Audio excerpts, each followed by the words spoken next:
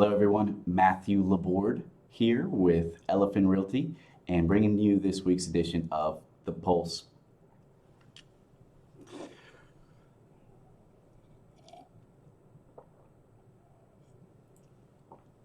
This week's edition of The Pulse gives you all the latest market activity, intel into the Baton Rouge, Louisiana real estate market. So, we're going to first tackle the commercial sales recorded last week.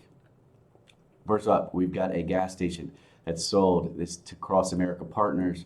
Cross America Partners owns at least 4 or 5 other gas station convenience stores in the Baton Rouge market. And this is adding to their portfolio. They own multiple stations on Plank, and congrats to them for another acquisition. Next up is an small office sale on North Foster, $243,000. Got our man George right here.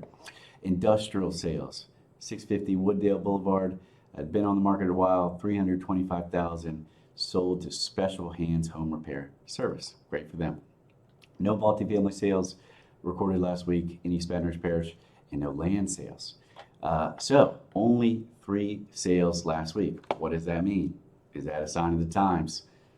Let me tell you this. On average, there is, over the last 5 years, 7.2 commercial real estate sales recorded in East Baton Rouge each week. Now, sometimes there's 3, sometimes there's 4, sometimes there's 14 commercial sales recorded in a week. The last time there was 3 was in November of 2019. And it was 1 week in November of 2019.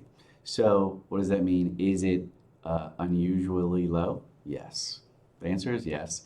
But is it unprecedented? No. So even in a normal market in November 2019, there were 3 commercial sales recorded in a week. Now, that said, even though this is not necessarily unprecedented, what we can expect going forward, so thus far in this pandemic, with the businesses shut down, things closed up, we've seen sales activity remain at a similar clip to pre-coronavirus. And the reason for that is because a lot of these properties and deals were under contract prior to the pandemic and were past their contingency period and financing periods pre-coronavirus, and basically we're at the point of no return. So they couldn't extend they couldn't extend without both parties being willing to agree. They couldn't cancel. They had to close by a certain date, and usually had non-refundable money. And so things are going on as usual, right? What you're going to see in the coming weeks is you're going to see a reduction in closed sales due to the fact that those properties and deals that were already in motion, that were under contract pre-coronavirus, those buyers have in large numbers extended their contingency periods, their financing periods, their inspections for a whole variety of reasons. Some because of their lender pulling out, some because of the inspector not wanting to go in the building until after coronavirus is up or has passed, and some because the buyer simply wants to wait and see how all this pans out before acquiring a multi-million-dollar property. So what you're going to see is a reduction in recorded sales in the coming weeks. However, the good part is we're seeing very few, if any, deals that Elifin's working on that we've got under contract pre-coronavirus fall out of contract. Basically, the deal die because of the coronavirus, which is very encouraging. It's great. And it also points to, at least at this point, once we get to the other side of this, hopefully, I'm optimistic that we'll see an increased number of sales in the weeks post the stay-at-home orders, pandemic, the social distancing, and such. So We'll see. It's too early to tell, but right now those deals are not dead, which is encouraging. But they are taking a little bit longer to make their way through the contract inspection, financing, contingency process. All right, enough with the sales. On to planning and commission cases. So I think the planning commission just announced that they will be holding online virtual hearings, which is exciting. So a typical Monday night once a month in an Elifin Realty broker's life is we're at the planning commission. We're seeing what's going on, and it is fun. Excuse me one second. It's exciting, and it's our entertainment, right? You've got the intersection of real estate and politics clashing, and that's where all the people who dream big, the developers that dream big and shoot for the stars, that want to do something different and outside the box, they have to go up at, almost without fail in front of the planning commission and fight for their project, fight for their dream, fight for their vision, and I love it. I love it. So I'm very excited that they plan to have virtual meetings and can't wait. Get a sense of normalcy back, right?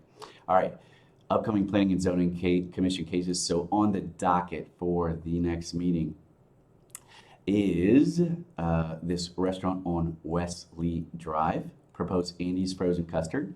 I haven't heard of Andy's Frozen Custard, and I'm sure there's a lot of people out there that might take issue with me for that. I'm sure there's a craze following for Andy's Frozen Custard, but I'm excited to see it. I'm excited to see them open up, and they're opening up near the corner of Burbank Drive and Lee Drive, next to or around Chicken Salad Chick and the Murphy Fuel USA. So on that same stretch of Burbank and Lee Drive, and where the Rouse's is, Chick-fil-A, all of those great fast food restaurants that have opened over the last couple of years.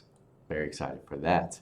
Okay, next up is River House Lofts, proposed rezoning.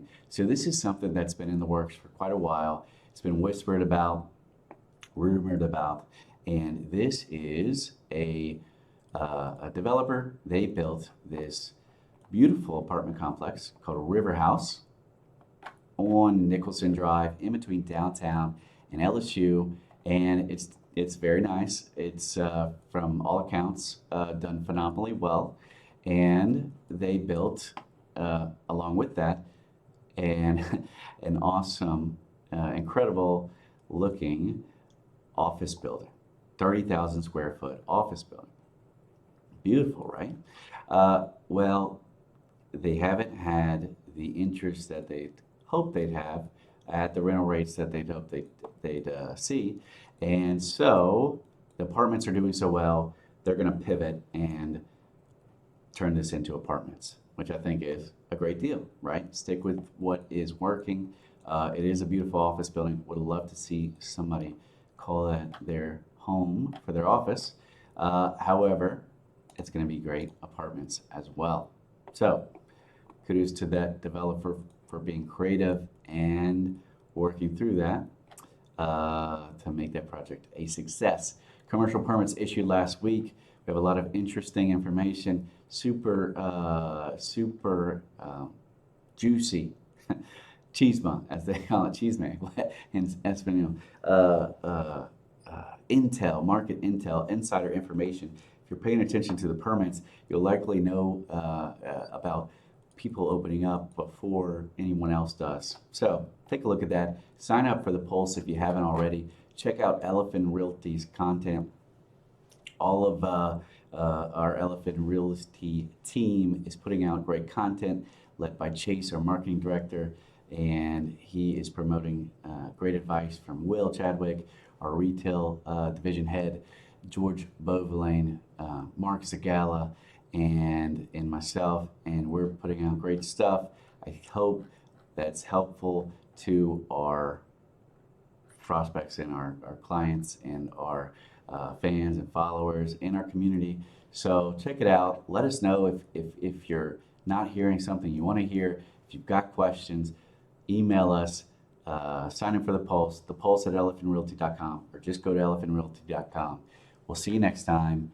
Thank you so much. Stay safe, stay healthy, and enjoy time with your family, and keep growing your business during this really critical time.